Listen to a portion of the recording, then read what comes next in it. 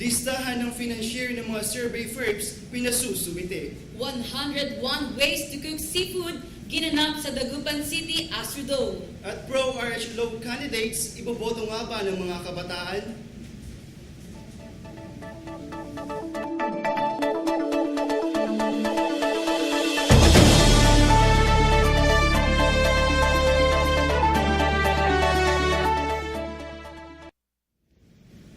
Masantos Jalabi. Ako si Tom Indigorin. At ako si Cyril Tahanlangit. Sinabihan ng Commission on Elections o COMELEC ang mga survey firms na ibunyag sa poll body ang mga nagpupondo sa kanilang inilalabas sa pag-aaral sa mga kandidato ngayong eleksyon.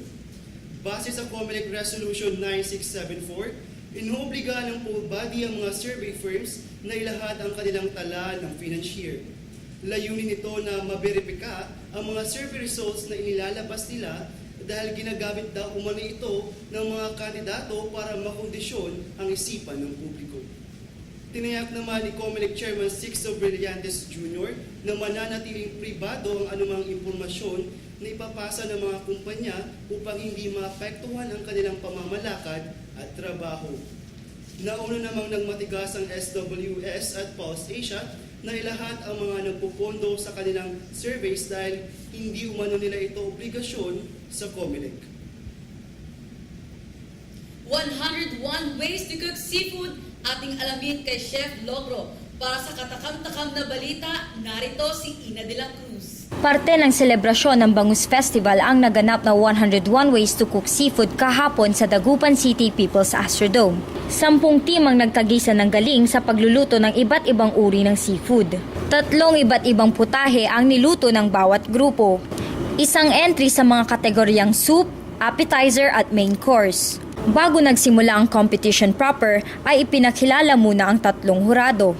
Ang mga ito ay sina Chef Florentino Fontanilla na head chef ng Oriental Restaurant ng Lenox Hotel, Chef Bernardino Gingona, ang program director ng Senyor Tesoro Culinary School, at si Chef Boy Logro ng Kusina Master bilang chairman of the Board of Judges. Binigyan ng 15 minutes ang bawat team para makuha at maisaayos ang mga kinakailangang sangkap ng kanilang lulutuin.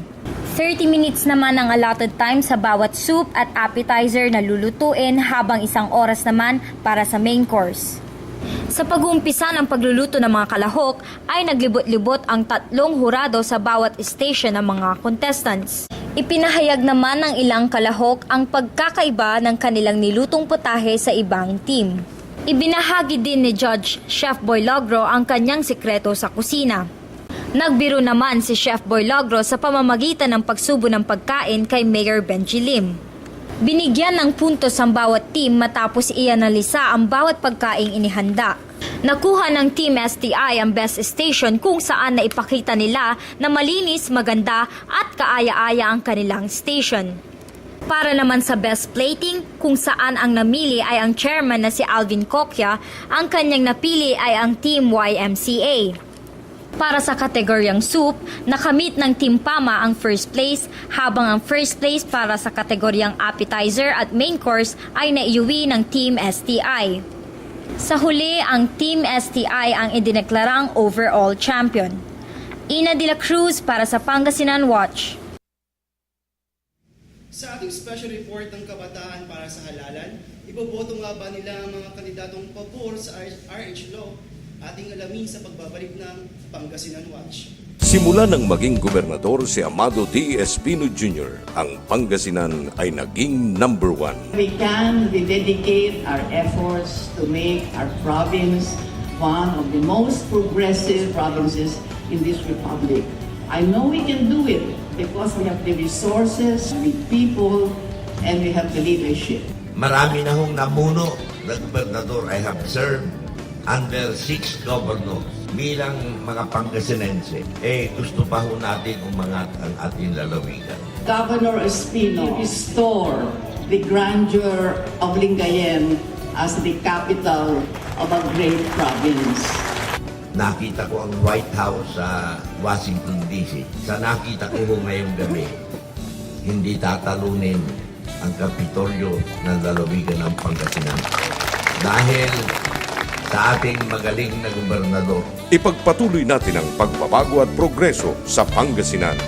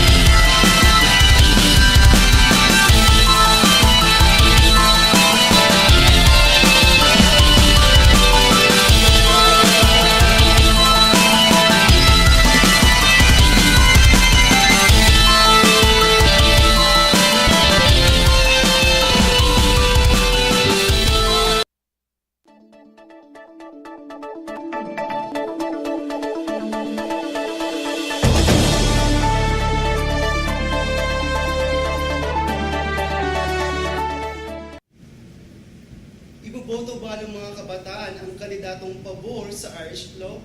Ating alamin kay Sarah Tahanlangit.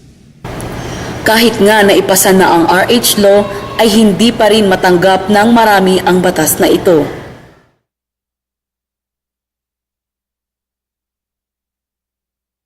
Atin na namang alamin ang pulso ng kabataan hinggil sa usaping ito. Oo, kasi makakatulong siya sa pagbaba ng poverty rate sa Pilipinas. At mga tiga-tigay ng pag-asay. Pag hindi isulong yung RH bill, nadami po natin kasi pasawa yung mga Pilipino, hindi sila marunong sa family planning. Kasi siguro sa panahon ngayon, talamak na yung premarital sex, kaya pasaway na rin yung may mga nag-guide. Kasi mapakanan na rin niya ng taong Pilipino kasi para rin sa mga mahihirap. Oo, kasi para naman sa bayan na para sa ikabutin ng buhay ng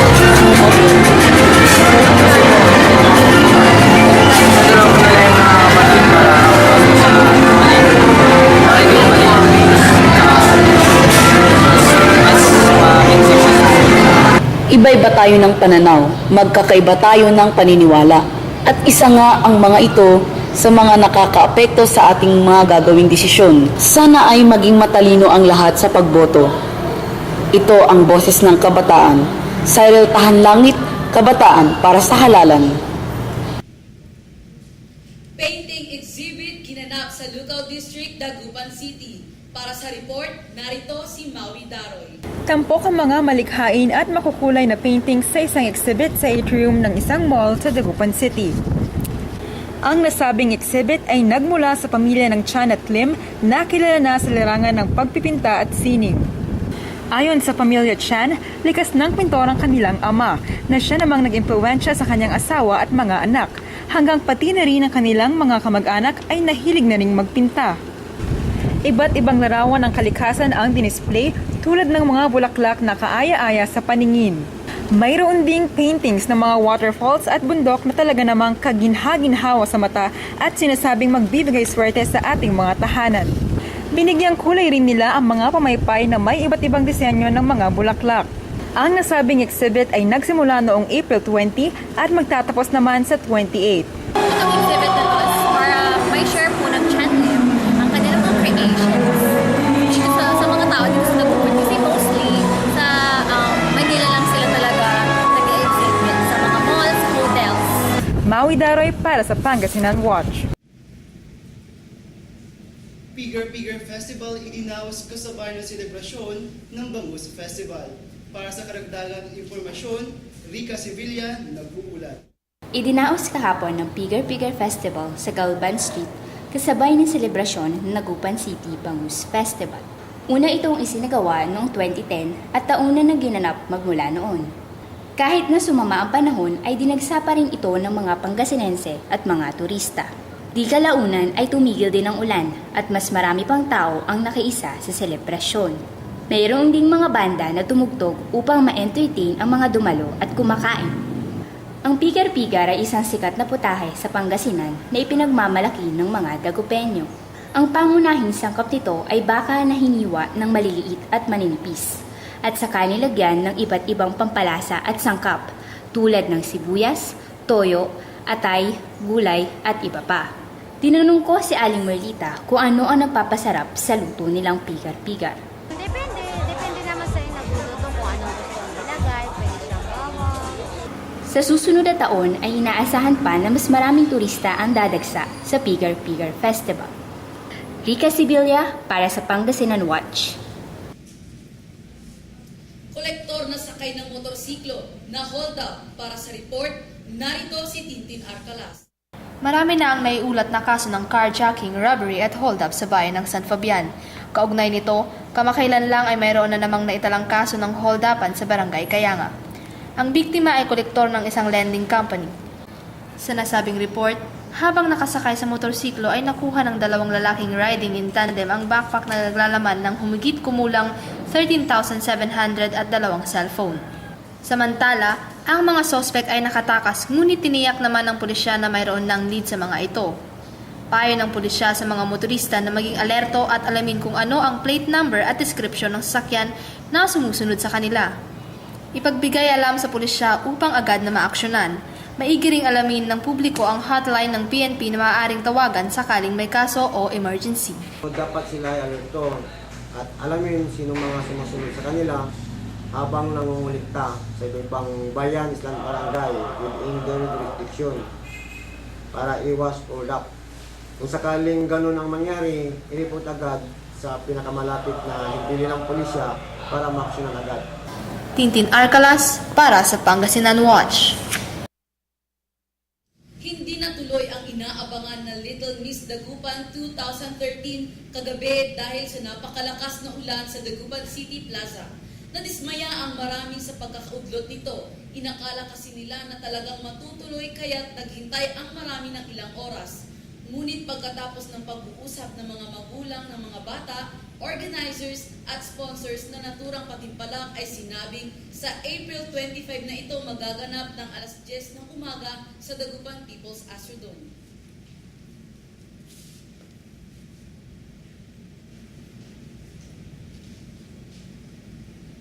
At yan ang mga balitang nakalap sa aming patuloy na pagbabantay. Mga balitang hatid sa ngalan ng tapat na serbisyo at sa kalaman ng karamihan. Ako si Tommy Ligorin. Mabilis, totoo at mapagkakatiwalaang impormasyon. Ako si Cyril Tahanlangit at ito ang Pangasinan Watch. Ang mata ng publiko sa probinsya.